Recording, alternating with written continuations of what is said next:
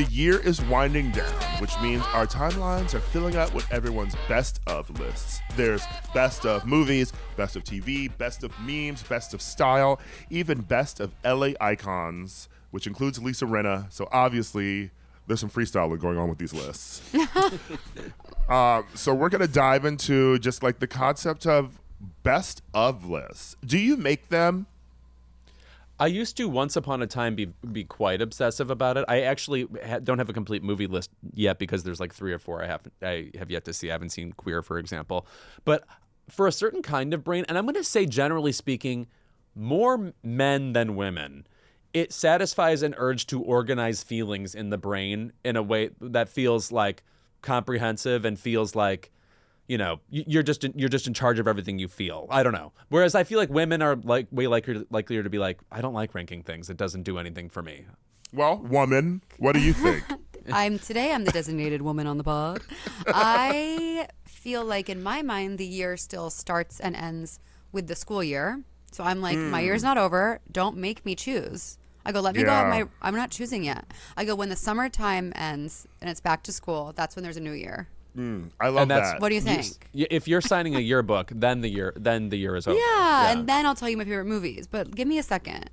Yeah, I honestly feel the same way because you know, I'm one of the newsletter girls. I have one. I feel like I've made a best of music list, my favorite songs of 2024, because you're listening to music throughout the year. Like, you know, you have easy access to it. By the time the year is up, you've listened to what you've listened to, you know? So you know what your best of is for that. But for movies, for instance, right? You know, there's movies that have come out, or there's movies that are still coming out towards the end of the year that are 2024 movies or whatever, but I haven't seen them all yet, you know? So it's like, it's harder for me to try, like you said, Louis, you haven't seen Queer yet, but it's like everyone's loving like The Brutalist and things like that. And I feel like I don't want to make a best of list if I have not seen something yet that might be on there. Right. There's a very short window at the end of the year where you get these movies that will certainly be eligible for lists like that. So that's a bit unfortunate. That said, I've decided a huge fan of things like Apple Music Rewind and Spotify Wrapped, because for one thing, it's a benign thing to share. Like, you can't really be mad at anybody for whatever they share. But secondly, there is a bit of vulnerability to it. It's like, what? You know, it's like, what are you doing with yourself when you're by yourself? Yeah, like, who's keeping you company? Yes, precisely. You know, who's your imaginary friend, basically? And looking back, I was like, wow, I guess Casey Musgraves is like somebody I must connect with. I noticed on my list that the artists I listen to most are also the people who I would just queue up their entire catalog on shuffle. And I think that means I'm dialed into them on a parasocial friend level. You know what I mean? It was her and then PJ Harvey, mysteriously, who is, you know, a very erratic, strange, artistic performer. I don't know what it is I connect with about her, other than she has a fabulous voice and is a fabulous songwriter. I'm trying to find my true list on my phone. Let's see. Yes, I'm looking up my Spotify Wrapped as well. I don't like how they make you like swipe through it like an Instagram story. It's like, just give me the goods. Do you know what I'm saying? No, and it's like this whole pop-up book situation. They're like, and now this page, and now here's your minutes, and my now coastal grandmother August or whatever. That's what it says. Yeah. You know what? Number one, and she might have been number one last year. You know her, you love her, you expect her. It's Ms. Taylor Swift. Oh, you are a Swiftie. I don't know that I knew that about you. I'm a big Swiftie, yeah. You know, I'm a Texas girl, and so me at 15, you know, singing Teardrops on my guitar, like, that's where it began. I think that's still among her best stuff. I love Teardrops on my guitar. I tend to be good. Fearless era Taylor Swift, where it was Fearless just pure so good. Pop songs, but also she maintained a singer-songwriter vibe. It was specifically from her point of view. There's something about the way the street looks when it just rains. Taylor said that. Yes, I love that song. That's one of my favorite songs of hers. Making you want. It's such a good song. I'm a huge Fearless head as well. I'm a Reputation girl. That's my number one is Rep. That's my number one. Like, please, just like, I have walked through the streets listening to Endgame. My reputation. Yes, that's one of Pat Regan's favorite songs. I wanna be an Endgame. So good. Also, Cat Cohen, right? What? You're a really good singer. Anyway, thank you so much. Oh my God, your album's out too. Shout out, you guys! Please stream my album. It's called Overdressed. It's really good. I am looking at my top artists. Obviously, the Wrapped comes out and it tells you your top artists, but you can also go to statsforspotify.com, which is a little bit scarier, and it will tell you your top artists in the last 12 months. And my number one, this came out on the Wrapped, was Beyonce. Okay. Number Up two, and Nicki comer. Minaj. 3 is Ariana Grande. 4, Charlie XCX. 5 is Megan Thee Stallion. Now, the Spotify Wrapped had Billie Eilish and Kali Uchis up there instead of Nicki Minaj and Megan because they weight it differently throughout the year. But for the top 12 here, Taylor's my number 6 artist of the past 12 months. So close. Sabrina Carpenter is 8. Flo is 7. SZA is 10. Was the Beyonce concentration largely Cowboy Carter, or were you going back in time? Honestly, I think it is Cowboy Carter because for the last 12 months, Beyonce's number 1. For the past 6 months, Beyonce is listed as number 3. But for the last 4 weeks, Beyonce's at number 10. So I think it was largely me listening to Cowboy Carter. The last 4 weeks was Flo at number 1, Kendrick Lamar at 2, Blondie at 3, Kanye West is 4, Miles Davis is 5. Oh, wait, excuse me, by the way, Kendrick Lamar has a song where it samples Debbie Deb, When I Hear Music. What is that Yes, song Squabble called? Up. Excuse me. Okay, you wanted the gay people to hear you? Well, I did, bitch. That's a fucking good song. That is a perfect beat. Another big album for me, Fontaine's DC. Do you guys like them? This album, Romance. I know know of them. I know nothing about them. Huge part of my year and my life. Really good. And they're Okay. Irish. Oh, they are. good. Well, you know. Just like our friend Paul. Love the Irish. Exactly. This is an original recipe keep it thing. Ira once upon a time used to do accents to the horror of viewers, including Please my own don't mother. stop. My mom would be like, is he really doing that? And You know what? now it's back. I am Be pulling true. it back out because I am recording my audiobook for my essay collection exciting. this week. Tomorrow, God. Thursday and Congrats. Friday, I am in. Thank you. I'm in the stew all day, and I'm recording the audiobook, and I am planning to do some like meanings of Mariah kind of shit that she did in her audiobook. Okay, I'm It's not gonna be craving- accents. There's gonna be some singing. It's Oh, a good show. Lord. He's fucking Bob Hoskins with his like dialects from all over the fucking place. How long? I'm so curious. How long each day are you just reading the book? Like how long? 10 to 5 are the days. Damn. So yeah, And how many days? 3. It's Oh, very okay. All right. And just like that. Isn't that what she Yes. said at the beginning? Yeah. I mean, I'm gonna sob over my dead husband. Listen, and I do live in the West Village, like Carrie. So Exactly. yeah. And just like that, definitely my favorite docuseries. It could not be truer to life. It's everybody's life. It's matter so where New you are. York. It's just so. I'm always in a big train station restaurant. Speaking of best of 2024, bring that show back because nothing was better in life than when I think we were all collectively watching And Just Like That each week. I need a comedy concert. I need Che. I crave it. I walked by them shooting it, and I was like, "Tell me everything," but they told me to move and cross the street. Get out of here. Interesting. The women are always outside of Carey Street when you pass by it. They're always, taking photos, having their boyfriends take photos of them. I love, I passed by Sunday because I was going to brunch, and I love when you see a group of 4 women there getting a photo in front of it because this friend group is always having hot debates about who's who. Oh my God, who are you guys? Oh, I'm I Carrie. think yeah, definitely. You're recording I the think- book. Yeah. Precisely. I think I'm probably a Miranda mostly, but I've got a little bit of comic delivery of a Samantha, I think. Totally, honey. Yes, a little bit of that. Yeah. You've I got to think be you'd be a great Samantha. PR person. I think I Louis. got a Samantha vibe. Maybe a little Miranda as well. Maybe a little Carrie. Not any Charlotte, and that's okay. I Yeah. do run into a Charlotte every once in a while. I can think of people in my friend group who qualify as that, but they're just like a kind of Pollyanna, deer in headlights kind of quality to them. Couldn't be me, but Well, I have a lot of Charlottes in my life here in New York. And I actually would posit the thing that really makes people the Charlotte is not like sort of like the Pollyanna thing, because like when you watch the show, she's having sex, you know?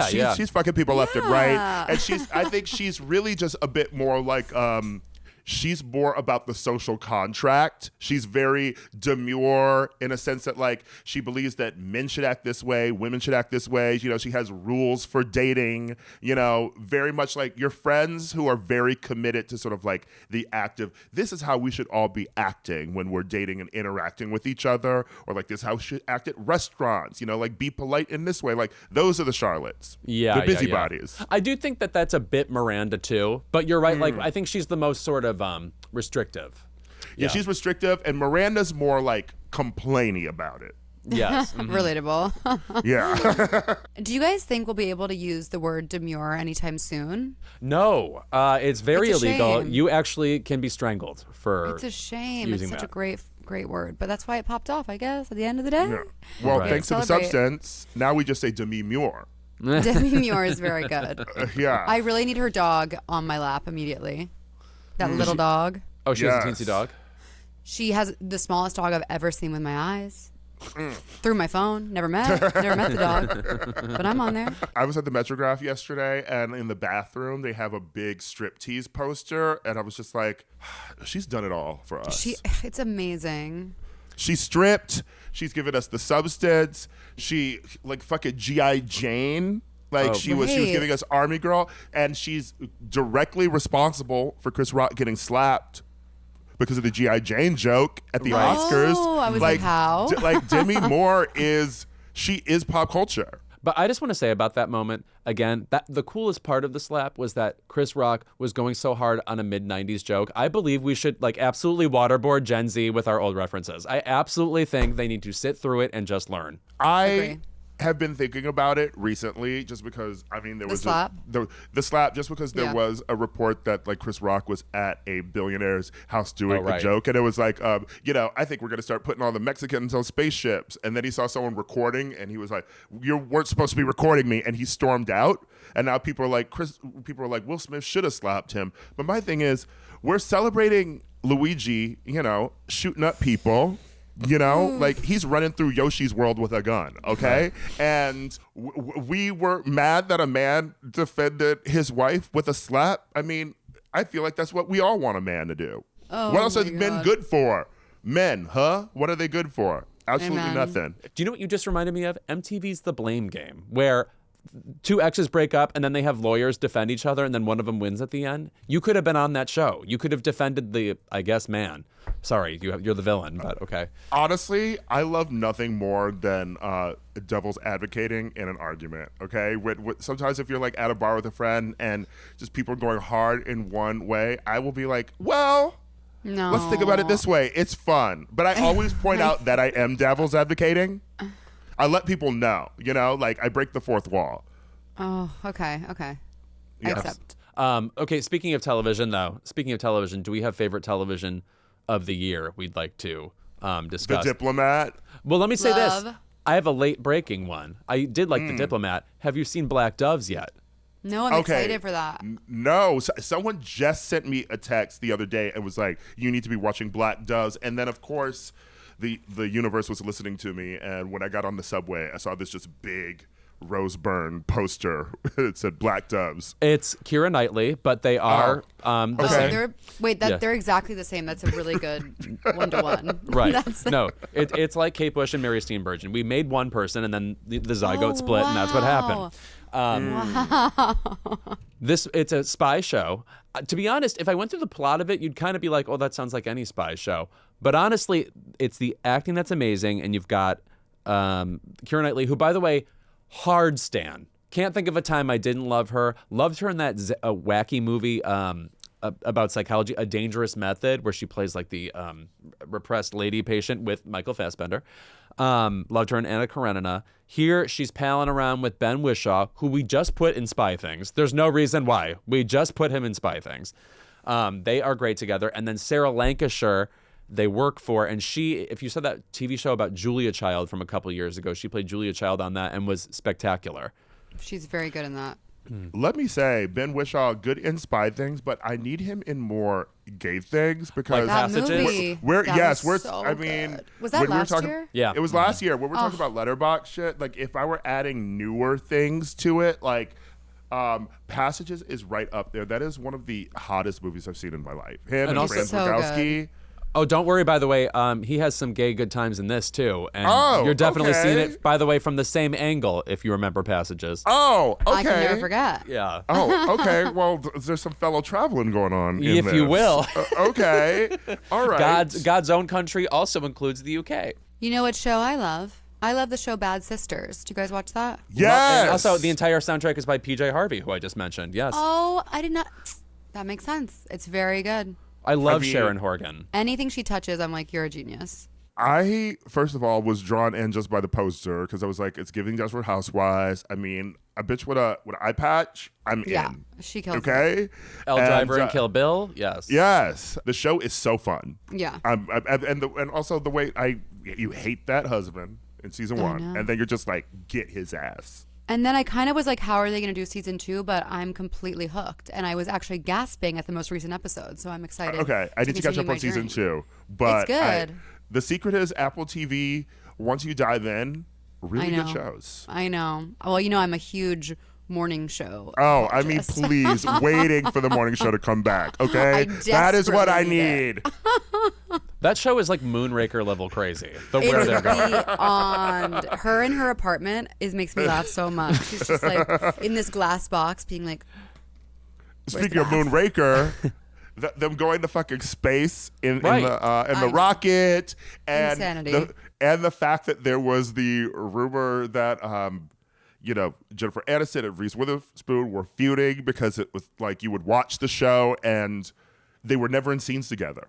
I love that vibe. I love sussing out what the hell is happening during the making of a television show. The old Juliana Margulies, Archie Punjabi. Yeah, good wife. Just split screening at a bar. That is beautiful to me. And I feel like the one scene they shared was like they were talking in a doorway. Right. Well, obviously, Sarah Jessica Parker, Kim Cattrall is the most famous one, but yes. oh my God, that's so sad. Yeah. And yet You also, guys don't think so? no, it just I think it it's sort of sad, makes actually. sense. I think it sort of makes sense. Yeah, Two immense talents. quite. Oh, I would watch them in anything, literally. What and are I the other probably big have. shows of this year? Among reality TV, do we agree with the Emmys that The Traitors was the reality TV we cherished most? I love The Traitors.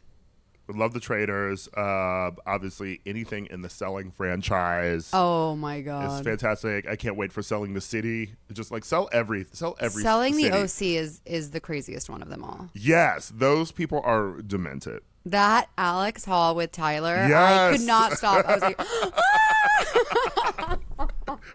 That Real Housewives of Salt Lake City is my favorite reality show this year. It's just need to get perfect caught every up. year. Yeah, this season is fantastic. do y'all know that I watched all 11 seasons of Vanderpump this year because I'd never seen it before? I cannot Oh, believe it's at wow. 11 seasons. And Can now I watch, it's can you believe I watched over. all? Yeah, Yeah. it's crazy behavior. No, but I have a friend who was never into any Housewives or anything and started watching Vanderpump Rules and then claimed immediately it was one of the greatest television series he had ever seen. So It there is. must be something deeply addicting about it.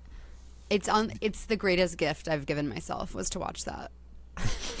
There's like a tear in your eye in a way where I'm like, there's something solemn going on here. Yeah. I really got to know that. You know, you get to know the characters and then they leave you, and you go, "Damn, they always leave." They always leave. That is how I felt when I originally watched Jersey Shore. When that Oh, show yeah. premiered and then the season was over, there weren't too many episodes of it, right? I remember actually actively missing them because there aren't anybody like that in your life. No. Also, And we need to change Vanderpump that. Rules. If you love that, The Valley is fucking amazing. Oh, I watched it all. I'm obsessed. Okay, iconic. Thank you. I cannot wait for season 2. Ira, I just saw that Brittany and Zach were doing a trivia night at City Winery, and I couldn't go, Oh. but I was like, next time we have to go. Okay, Do a please. live I'll show. go with you. Is Yes, this that's the what I'm Mormon saying. show? The Valley is a spin-off of Vanderpump Rules, where some of the original cast members got homes in the Valley. And they have now so much existential dread that it's like the craziest thing. But you know They're the married, best they scene? have kids, and they're still monsters. Last thing I'll say about it is when Jesse comes in the beanie saying he's dead to himself and he's changed. That's the best scene of I've seen. Yeah, fantastic show. And lastly, I just think that like any spy shit from me, it taken me a while to get back into scripted TV because I like needed something like I just needed reality TV while I was book writing specifically because I couldn't be smart, you know. But now everything I'm back into is spy shit, you know. Like I interviewed Jodie about The Agency, obviously I love that. The Day of the Jackal, Eddie Redmayne, I just got into that too. It's good. Also, I mean, I'm familiar with the old Day of the Jackal, but Eddie Redmayne in a spy thing is an unusual fit that I actually support. Not fewer goofy characters from him. Let's get the serious British thing going again. Yeah. Yeah, Also, that's what we Interior come for. Chinatown is great too. Oh, that looks good. Yeah. And spy did y'all- mystery shit. Did y'all? I liked Presumed Innocent. Did y'all watch? Oh yes, I thought the performances were great, and I like how the ending of it. You sort of thought you were going to get the ending from the original movie. I don't know if you're familiar Right. with that one, Yeah, Harrison yeah. Ford, and then it turned into something else. But we on this show have a whole routine where I say the words Ruth Nega, and then Ira What you interrupts. call me? See, that's how it works. We really explain the bit while we're doing it, but now I'm so traumatized by this bit that I have It's to tough. I have to announce it's occurring before we do it. Right, of course. Well, I she was love fabulous. her. She was Yes. fabulous in this show. And yeah, I thought that was a fun one. Gabby Beans, are you familiar with her work? Amazing actor. I just saw them in the Romeo and Juliet revival or whatever, and they played like 7 roles and killed it. And then in Presumed Innocent, they come in with an amazing bob. And really crushed right. Yes, With- of course. Oh, yeah, that Big the fan. Romeo and Juliet with Rachel Ziegler. With the young, Yes. yeah. Got it. Yes. Yeah, and Kit Williamson, the And Heartstopper. he did an amazing job of lifting his arms up and doing a pull-up while kissing her. And it was really cool to watch. Love that for him. It was great. Love that for him. Come on, theater. And we are back with our favorite segment of the episode. I'm so happy you're here with us for this, Kat. I can't wait to get to yours. Louis, what is yours? My First. keep it this week pertains to a movie I did really like, and I feel like I'm seeing it come up on people's best of the year list, and it's something that I think everybody ended up seeing, even if when it came out, it wasn't that huge at the time. My Old Ass. Did you see this movie with I did. with I Aubrey did. Plaza? Everyone's loving it. Yeah, and I love the star of the movie too. Her name's Maisie Stella. She did a really great job in the film. My keep it is something that is sticking with me about this movie is obviously it's about this girl who does drugs with her friends, and then she has this vision of herself 20 years from now at like 39 years old, and they have this relationship where they are, and the 39-year-old version played by Aubrey Plaza keeps communicating something ominous to her about the future, and she's trying to suss out what it is.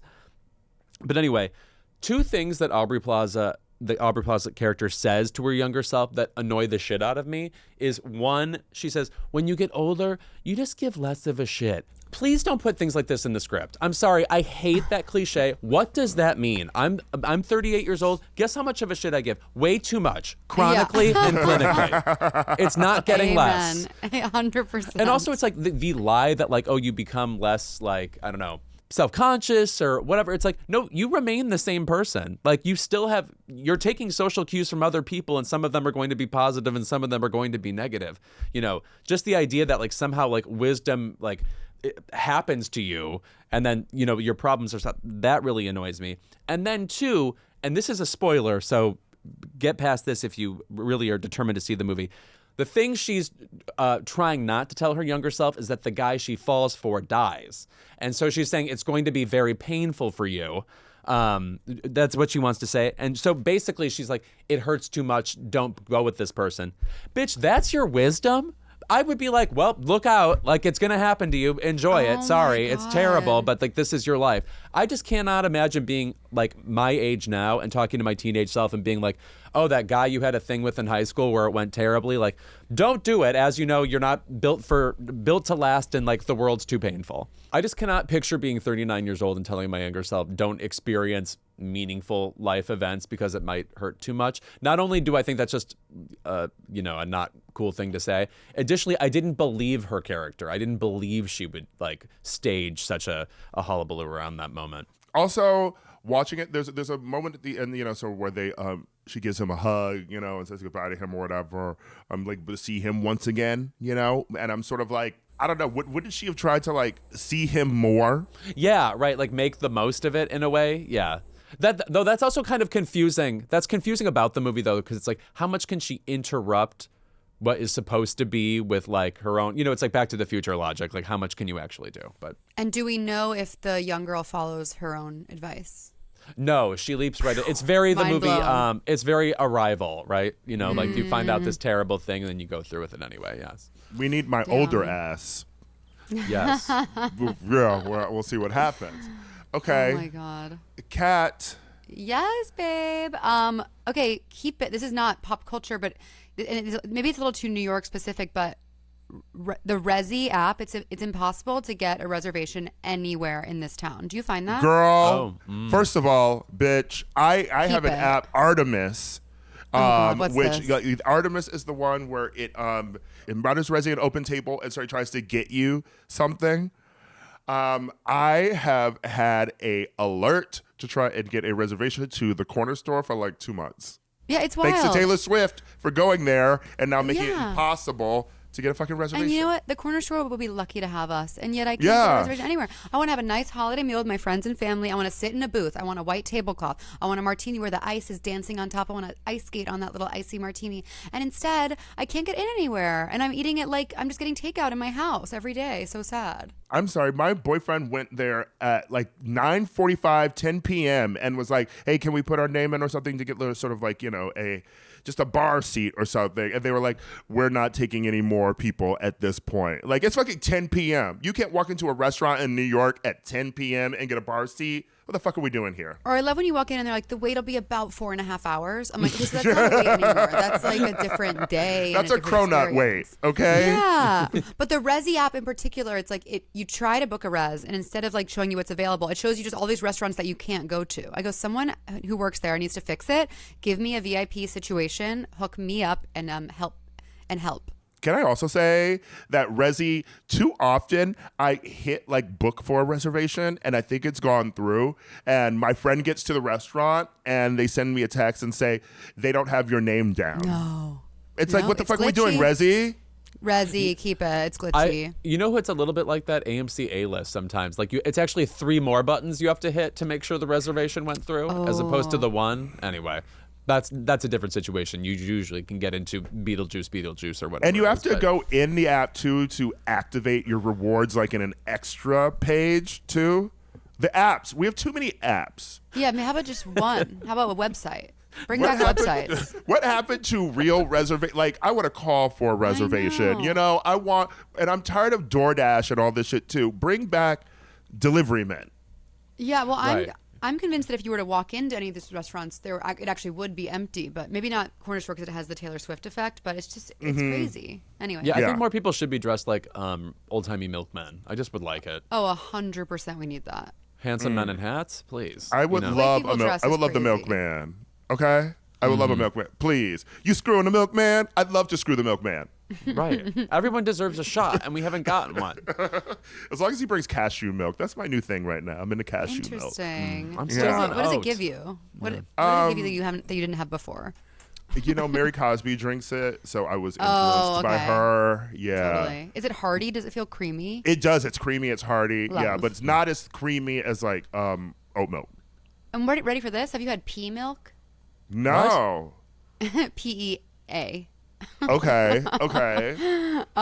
It's You really really hearty. do love The Exorcist, don't you? It's really hearty and creamy in my experience. Now, of course, I haven't had it in years, but I remember that from my How my the fuck I do you am squeeze simply milk out blown. of a pea? Who's spending all that time? Yeah. Yeah. The princess Who's and the pea milk. You know what's in this pod? Milk, somebody screamed. There's milk in everything. Yeah. Okay. Squeeze it. If you wanted enough. Yes. Squeeze it. Yeah. Ira, what is your keep it this week? My keep it goes to this lawsuit that I read about in the New York Times today. Oh, a newspaper. Let's go. The article's called "Can You Copyright a Vibe?" So this influencer, Sydney Gifford, is suing another influencer, Alyssa Shiel, who she accuses of copying her minimalist aesthetic on social media. Oh my god. Now, here's my question. As an influencer, is your job not to influence? Yes, you've done the So job. if you're not influencing people to do what you're doing, then are you an influencer? Influence thyself. Yes. Yes. Put money in that influence, you know? Come That on. is tough. Yeah. You wanted to be an influence. It's very, be careful what you wish for. Yeah. Oh And what my is copyright in a fucking vibe? Okay? Like, get out of here. Minimalist aesthetic. I mean, God.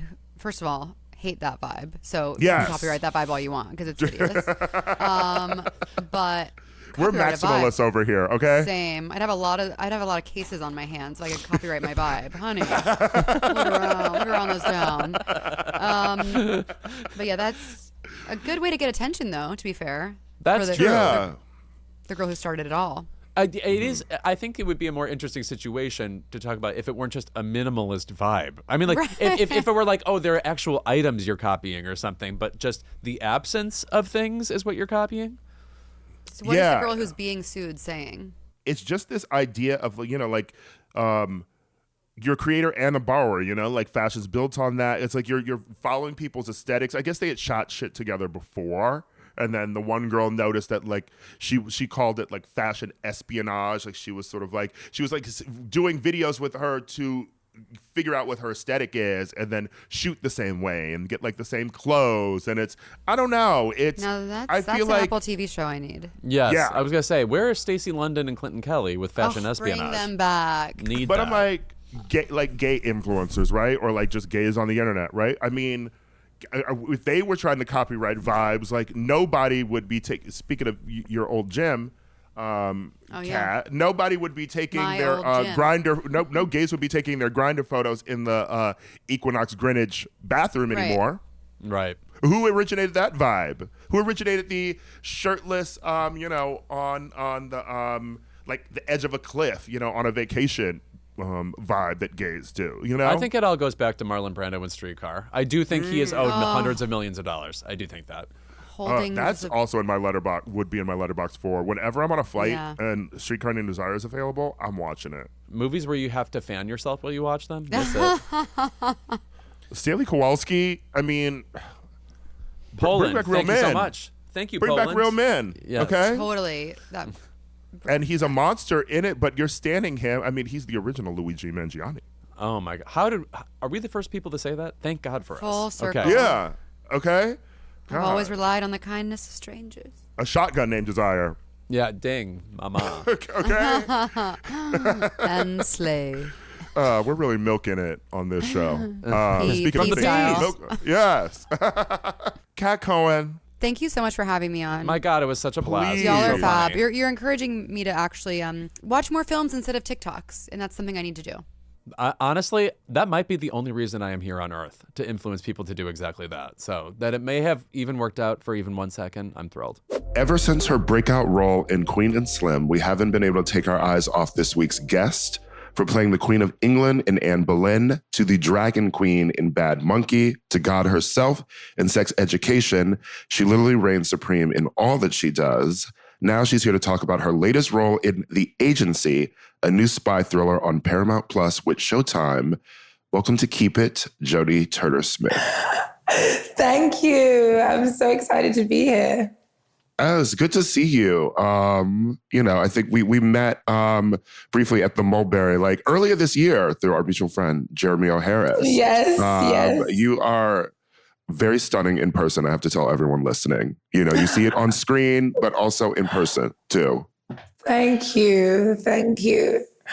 I feel very busted right now. I'm on the post morning drop off. You know, I drove all the way out to Calabasas and back. I'm like, you know, getting a child out of the house at that time of morning. I want to talk about your series, The Agency. First of all, I loved the original series, The Bureau, the French series. I'm not finished with it yet, but I've been working through it. I had a friend who kept texting me maybe every few weeks. It was like, I love spy shows. You need to be watching this. And you watched it, right? I watched the whole thing. I think I took it in maybe 2 weeks. I was just focused on this show. It's really good. Yeah, and your character in this, you, I believe you talked about in an interview, like you learned Arabic for this role. Yes. So I didn't, I just learned all of my Arabic lines, but actually for season 2, which you might have heard we are getting a pickup for, I am going to actually be doing Arabic lessons to actually be learning the language, just to have it become easier in my mouth. Not easier. I mean, you're never going to speak like a native speaker. You know, those sounds, you know, you have to have conditioned your throat, your vocal cords to really make those with the accuracy and perfection of a native speaker, by actually having that be your mother tongue. But I'm going to get as damn close as I can. Do you sort of enjoy taking on, like, you know, a task, sort of like learning a language or something for a new role? So does that sort of like help you get into a character more when you're focused on sort of, you know, a project? I mean, it's definitely a way in. I mean, I do love it. I love it, like that part of me, that intellectual part of me loves that. But it definitely is a way in because, you know, this is something that I've said before. I think that language and culture provide nuance, you know, and they inform character in a way. But I also I do love that about this job, is that you get to learn something new. I think that's one of the best things about it, is the opportunity to like learn something new and expand. And so it is an exciting part of it. I do really love that.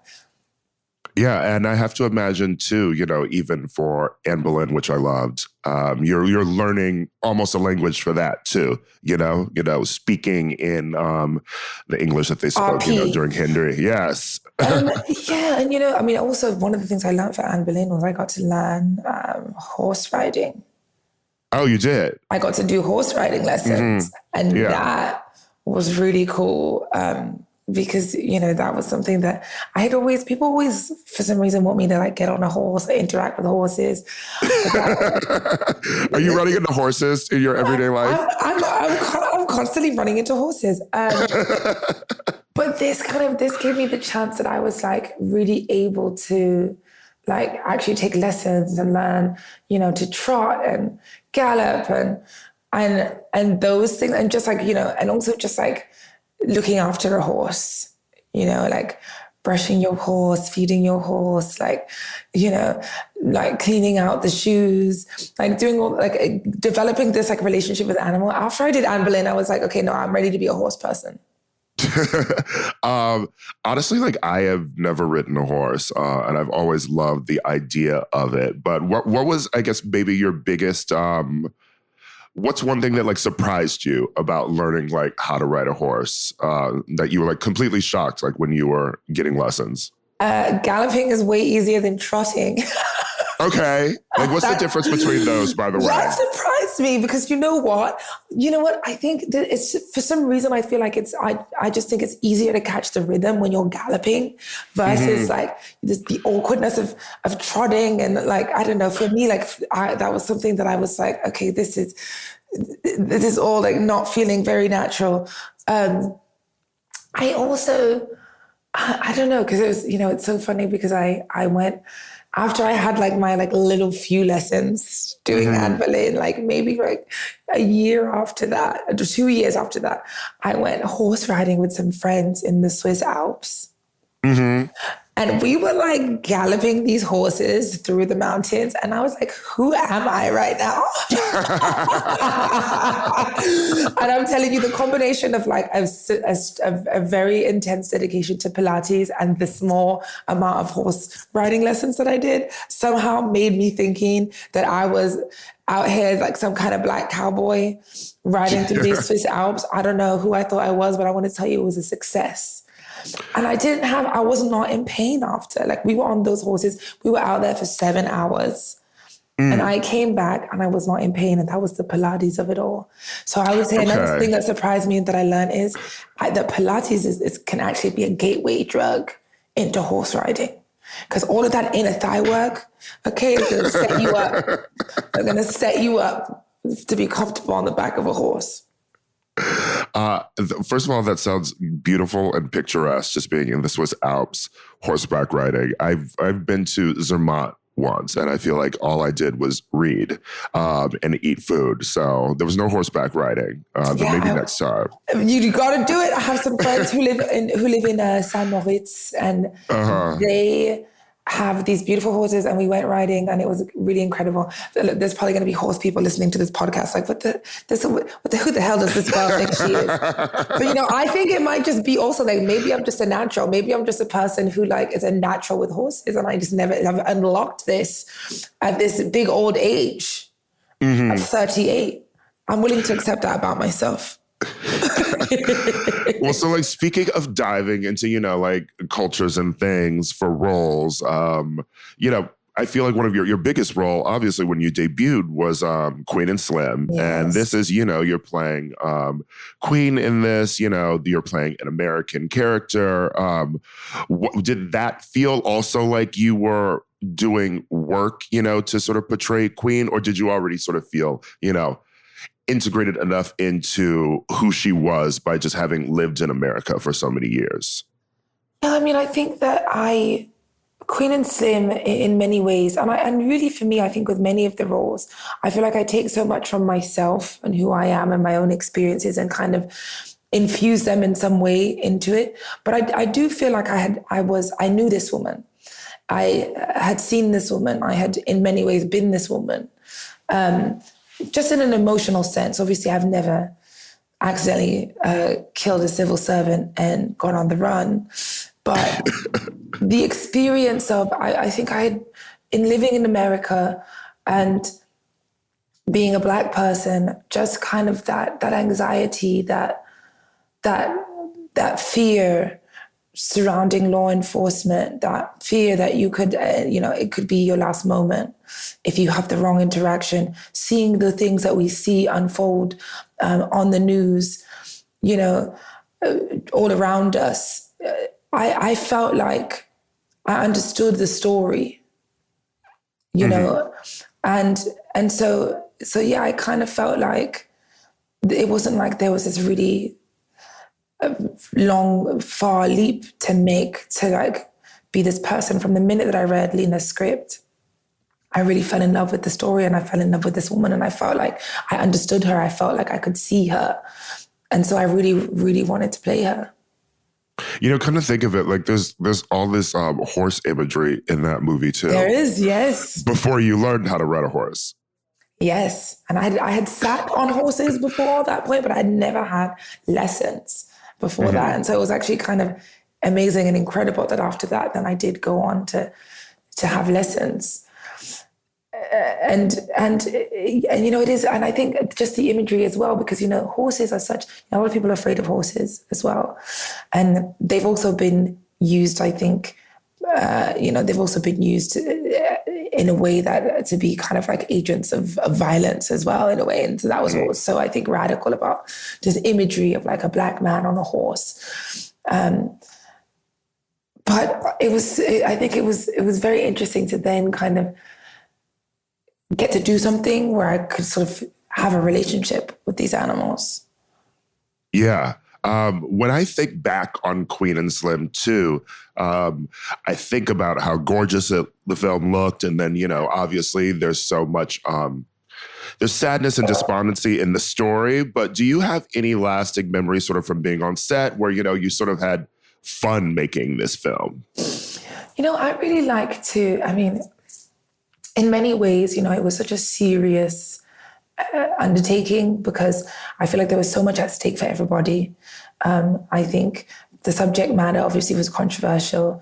It was almost all of our first feature, with exception for Daniel. Lena's first feature, my first feature, Melina's first feature, and as I'm sure you know and have heard and have spoken to many Black filmmakers about, there's always this sense of pressure because it's like, if it doesn't work, just like being Black in the world and in any room, you're carrying the weight of your whole race with you.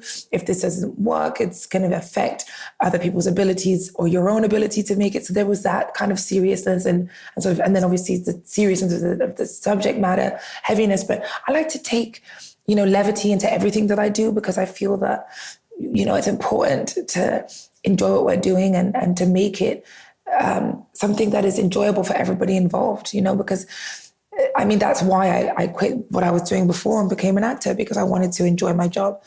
And, working with Daniel was probably the thing that made it the most incredible and light and fun for me, because he's just such a wonderful human being and he really looked after me. And Daniel and I, we spent a lot of time in that car together, and there was a lot of jokes, you know what I mean? There was a lot of jokes, a lot of love, a lot of, so I just, for me, it's like I just have so many, and I have so many like photos and memories and just like images in my head of just like me and Daniel in those like in all those different locations in that car together, just like making it light. And then I just think also like when you got a bunch of Black people together, it always inevitably turns into a good time. Yeah. Speaking of, Daniel Kaluuya as a leading man to work with, he's really quickly, New Orleans. Yes, New Orleans. We were in New Orleans. I love New Orleans. I gotta shout out New Orleans. I love that place so much. It is so magical. It is so like the spiritual energy there. I mean, the fact that we did it there, like that was a dream to do it there. So that as well is a big part of the memory of it. Okay, it's weird, but like I tell friends this all the time. When I first went to New Orleans, maybe I think 2018 for Southern Decadence, and you step into the city and you sort of just immediately feel something. You feel something. And it's like, I don't know, I mean, the spirits are there. They are there and they are communing and I'm just like, I remember the first time I ever went to New Orleans, I just cried. Mm-hmm. Like I just felt so much. I just had to weep. New Orleans is very, very, very, very special. There's so much that has happened there, and the spirit of the people and the spirit of the people that have passed. I mean, all of that. Yeah. Working with Daniel on that film too, I think he's so funny, sort of in person, but also on screen, he's sort of very, he can be intense and sort of commanding. And I think about a lot of the leading men that you've worked with, Michael Fassbender in The Agency and, Colin Farrell in After Yang are all sort of three leading men who I would describe as, like they give intensity on screen. So I guess sort of like, what's it like acting opposite these sort of intense actors, and sort of what have you taken away from working with them? Definitely, there's been, I feel, number one, I've been so fortunate to get to stand in scenes with these guys and work opposite them and feel respected by them and be given their energy and have them hold space for me in a scene. I find that a lot of them, most of them are so kind. And that has been like the biggest, for me, I feel like, takeaway. I mean, like starting with Daniel, it's like, I say this a lot of times to people in our business, but he really is a true number one. He's a leader, and in that he really sets a tone of kindness and respect. And, I've always, those, especially, I mean, those three that you mentioned, I've always felt so looked after and taken care of by them. It's like, yeah, they are playing these intense characters, but they're really kind and generous scene partners. Mm-hmm. And none of them have ever made me feel like I didn't belong there, right there with them. And so that for me has what that's given me to take away is to also to be that for other people, like it's really important to hold space for the person that you're doing a scene with. There are some actors you work with and it's like, they're in a scene by themselves. You know what I mean? let me in. You know what I mean? But these guys, they really are, it's like I'm in this scene and it's alive because I'm also just curious as to what's going to happen in front of me. Mm-hmm. The whole time. You know what I mean? And also just like, they challenge you. I feel like I've been so fortunate as well to be constantly working with people that at the end of the day, I'm always thinking to myself, don't be the weak link. You know, like they're calling me up to a higher place to be better. I'm getting to learn from them. Like, I'm getting to be a student, you know? And so for me, I don't know. I mean, these guys, I mean, they're just absolute legends. Colin was such a dream to work with. It was just like, and then it's also like this thing where you see how much they love what they're doing. None of those guys, Michael, oh my God, this is not just like, oh, this is a job and I'm just ticking a box, you know, because there are actors like that too, you know, that you get the sense that, okay, you're working. No, it's like you're getting to watch. It's like watching a painter or a musician or something where you're just like, what are they going to do? Like how, you know, this, I don't know how you explain or bottle talent, but these guys have. Yeah. I mean, you also talked in an interview too, I think, about working with, you know, Richard Gere in the show too. And, you know, like you didn't bring up Chicago with him. And I'm like, is it hard to like not bring up like an iconic role of like previous actors you're working with? Like, do you want to talk to them about it on set? Well, the thing is with Richard is because Richard and I, we didn't have any scenes together in this first season of The Agency. And so it's a little bit different when it's like, okay, I just kind of like, we all got together as a cast and I got to like speak to him. I didn't feel that, but when you get to like do something, you know, like Michael and I, we play, you know, we're lovers in this show. Do you know what I mean? So it's like, and even like with that, anyone, like I'm the kind of person though, I'm like, I'm going to tell somebody when I like really love them. I mean, Richard's just like, he's just a particular personality and I only really had one real interaction with him. So I didn't get to be like, oh my God, I loved you in this. But I mean, I'm definitely that person who's going to be like, oh my God, I loved you in this. And like, so with, I mean, like for example, with Michael, you know, he did this movie called Frank. Yes. Which I absolutely loved, you know, where he wears the mask. That's that movie, right? So it's called, I think, I'm totally blanking. Yes, this is was, Frank. It was like this sort of like this big, like this puppet big mask. Head. Yes, it's puppet mask. Yeah. That he wore. Oh my God. And yeah, no, I mean, I think I am definitely a person who's like, I'm going to tell somebody when I love them. You know, and so I told Michael, I told Daniel, you know, I told Colin, like, no, I'm a huge fan. I loved this, I loved that. Like, I asked them questions about their process, but I feel like you can really do that when somebody's a scene partner with you. But like Richard and I, we didn't get to be scene partners yet. Yeah. Speaking of like things you love, I read another interview too where you talked about how much you love like the film Top Gun. And I want to know like what other like film or like show or something, like would people really be surprised that you watch all the time, like you're obsessed with? And also, what's it about Top Gun? But is Top Gun so surprising? It's one of the greatest movies ever. Okay, first of all. No, I mean, I love Tom Cruise. Also, oh my God, I love Tom Cruise. Yeah. Tom, if you're listening, I love you so much. Please, can we work together? I need you in a Mission Impossible movie. I know that they're not over. Like Dead Reckoning, like it's giving you finale, but he will keep making those movies until he does. Babe, let me tell you how. Okay, so let me tell you. Okay, first of all, I wanted to be in this Mission Impossible 7/8 so bad. And I remember I had a meeting with McHugh, right? We had this meeting together. And it was at Soho House. We did a direct meeting. And we were in this meeting for 4 hours, just like chatting. We got on like a house on fire, okay? And then they asked me to come to London to test.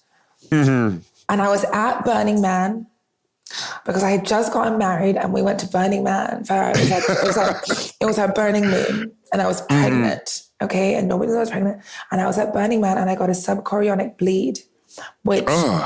is basically, they call it that. It's a bleed that happens when you're pregnant, but it's outside of the pregnancy. But you don't know this unless you look inside. But you know what I mean? All I know is I'm standing in front of the RV and suddenly I feel blood running down my legs. And I was so afraid and so frightened. And, you know, my ex and I, we were just like, I was supposed to get on a plane and fly to London. And I decided, you know, I wrote this long email to McHugh and I said, I can't come, you know, I'm pregnant. And, you know, at the time I wasn't telling anybody I was pregnant because there's this really, really bizarre thing where as a woman, you really can't tell people that you're pregnant because they might discriminate against you. Even though it's illegal to do it, it still happens. And so you're like, I'm not going to tell anybody that I'm pregnant because it could interfere with me getting this job, and it's not supposed to, but it could. And I was like, I'm pregnant. I can't, and this is the most important production I'm ever going to be a part of. And so I can't come and test for this movie. And I always think about that because while I'm glad it happened the way that it did, like it was definitely, that was supposed to happen for me because I got to do some really amazing things in between that I wouldn't have been able to do because I would have been filming Mission Impossible 7 and 8 for 15 years. But I always think about that sliding doors moment for me. Like, what if I had been in Mission Impossible and gotten to do that and work with Tom, my dream? I know. I mean, also with like the Pilates and the horseback riding, I feel like you already have like the sort of like athletic prowess to be in one of those films. I feel like you'd like eat up the fight choreography. I'm so ready. Like, are you kidding me? I'm ready. I'm so ready. Put me on the wires. Let me kick somebody's head off. You know what I mean? I'm ready for I've done several different jobs where I had to have, firearms training. Like, I'm ready. Okay. Also, you at Burning Man for, your right after the wedding. And then when I look at your Instagram, I'm always like, Jodie is always in some like fabulous location on like great locations for vacations. I mean, you were just on Jimmy Fallon too, talking about how like you two were you met doing Pilates together in Jamaica. I'm like, what is your like travel schedule? Are you going to write a travel book or something? Like, I'm just always loving your Instagram posts. Listen, you know what? I do love to travel. And I think, I consider myself a citizen of the world. And I think we should see the world. Obviously, I have the privilege of being able to travel around and move around and stuff like that. We were actually, Jimmy and I met doing yoga in Jamaica. Oh, sorry, yoga, yes. We were at Goldeneye, which is one of my favorite places to go to in Jamaica. I mean, listen, I work really, really, really hard. And so when it's time for me to like get some holiday in, I'm going to go there. I'm gonna holiday really hard because What's your favorite place you've been to? And like, where do you still want to go that you haven't been to? Well, Jamaica is my favorite place to go. Okay. I mean, I'm Jamaican. I feel the most at home there than I feel anywhere in the entire world. It's a beautiful place. The energy there, the people, the food. I just love Jamaica. I still want to go. I want to go to the Maldives. I've never been to Brazil. I want to go to Brazil. I want to go to Bahia. I still really need to hit up South America. There's so many places I haven't been. I want to go to Peru. I mean, I feel like I've only scratched the surface. This summer, because I was working in London, I really got to. So that's the other thing, living in LA, which is so far from everything in the world. That's what's so difficult. Except for the things that are on this side. Like, it's much closer to, obviously, if we want to go Hawaii, it's definitely closer to Japan than when I'm in London. But I loved Japan. I got to go to Japan and Korea for the first time last year. Oh, a friend my is God. in Japan right now, like posting photos in Tokyo. And another friend was literally there 2 weeks ago. And I'm getting angry at seeing friends constantly in Tokyo. Like, I need to go. You need to go to Tokyo. Tokyo is everything. And you need to go to Seoul as well. Korea is definitely like, I think right now my favorites is Jamaica. And then just like right now, like last year was like, I felt like I was having like my Asia moment. Like, I did Thailand, I did Korea, I did Japan. It was like, I really was finally getting to go east and experience that. And I was obsessed. Where else have I not been? Well, you said South America too. I went to Cartagena for the first time last year, and also Bogota. So like, Colombia is gorgeous. I've heard Colombia is gorgeous. My best friend is from El Salvador. I need to go there. It's like, there's so many incredible places in this world. And it's like, it is definitely a privilege to be able to travel and say like, oh, I'm going to go here. I love seeing those people on Instagram that show you like how affordable it could be to travel to all these different places. I love looking at that stuff too, because it's actually more accessible than we know. But it's like, I don't know. But also I feel like from America, it is so expensive to buy plane tickets from America. I mean, it's expensive to fly anywhere in America first of I all. know. But it's crazy. Like, and it's cheaper in Europe to fly in between countries than it is in America to fly between states. What are we doing? Yeah. Okay. Another thing I want to ask too is, as like a Black woman too, you get to like, you get to sort of like play with like your fashion and like hairstyles in different movies, in a way that, the white girls don't get to do. And do you have like favorite sort of like styles or look or hairs you've done in like a project? Because I want to tell you mine for yours is I love the sort of like hair look you had in Murder Mystery 2. Like it was, I had never seen you like that before. And first of all, that movie is a gag. I watched both of them sort of in the same day during like a weekend when I was sick once. And I was like, I actually love these movies. Babe, let me tell you how that was one of the best experiences I've ever had in my life on set, was making that movie. First of all, Adam Sandler and Jennifer Aniston, those two really know how to work. They've cracked it. We shot that in Paris and Hawaii, okay? It was like, it was giving luxe, it was giving luxury, it was giving every day I'm laughing on set, it was giving Adam Sandler, like everybody around him, like these are his people for years and years and years. He's working with his family. Do you know what I mean? He's working with lifelong friends. It's like him and Jennifer Aniston, their little thing they got going on is so hilarious. I hope, I said this after to this movie, but I hope they keep doing that until they're old in Zimmer frames and like still doing that, because like, wow, I think it's hilarious and it's really fun. And I'm begging them. I'm like, did the Countess really die? Like, can I please be in Murder Mystery?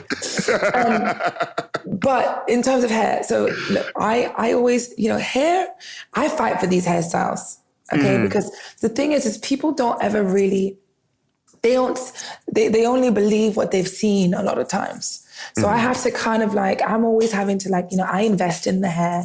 I come with the hair and I'm like, look at this vision, see this vision. That hair that I did for the movie was also, it's one of my favorite hairstyles I've ever done. The thing is, it's like, everybody always, they're like, oh, short hair. They want me with short hair. They want me with short hair. I have to like beg people to like right now, I'm like trying to grow my hair out. I'm like, I have to beg them to let me grow my hair out. And I'm hoping, and it's like, even like, because obviously on my show, even like on the agency, I was like, me and Joe Wright went back and forth because I was just like, I wanted to have long hair. And that wasn't the vision that he had for the character. And I was like, I had just come from doing Tron where my hair was, they wanted me to cut all my hair off and it was bleached blonde. So I was like bleaching my hair blonde every 2 weeks and shaving my head. And I was just like, I'm not doing this anymore. I want to have longer hair. and I wanted to have hair like what I have right now. You see, I got these locks right now. Yes. And what's so funny is when I turned up to the London premiere of the agency, on a Lime bike, by the way, because the traffic was so bad that I got out of my car and hired a Lime bike because it was 3 minutes on the bike and 15 minutes in the car. And I'm in this Nancy Dojaka mini dress, this like blazer mini dress with Louis Vuitton shoes on, pedaling to my premiere. Anyway, and I show up with this hair and Grant Hesloff sees me and he's like, this hair is amazing. Why didn't we do this hair for Samia? And I was like, I tried. I love Joe Wright so much, but he did not want to let me have long hair. And I was like, you're wrong about this. I'm telling you, you're wrong about this. But no, it's beautiful what we did. I'm glad. But maybe season 2. My favorite hair right now is like, I'm ready for length. Okay. I'm ready for length. Okay. So I want the world to see me with some length. Okay. It's time. So then I can do that hair again for Murder Mystery. Yeah, they'll see you at length on some vacation, I'm sure, when you do your next vacation photo shoot. So I'm looking forward to that. People are really attached to me with short hair. They're very attached. Yeah. Because even I'll have the long hair, they'll see it. I'll show them pictures of me and they're still like, but can you be bald? And I'm like, I mean, okay, I get it. It looks good too, but come on, let's think outside the box. Yeah. Jodie, thank you so much for being here today. Thank you. And I think first, also the journey to get to that premiere sounds like you are ready for Mission Impossible. We gotta get you and Tom on screen together. I would love that. I'm ready. Listen, I'm a problem solver. I'm a planner. I was in the back of that car looking at that traffic. I got on. I was like, hang on a sec. How long in the car? How long on the bike? Pull over. I've got a video as well of me on that line bike. I'll send it to you. Oh, me please on do. that line bike, riding in my Christian Louis Vuitton.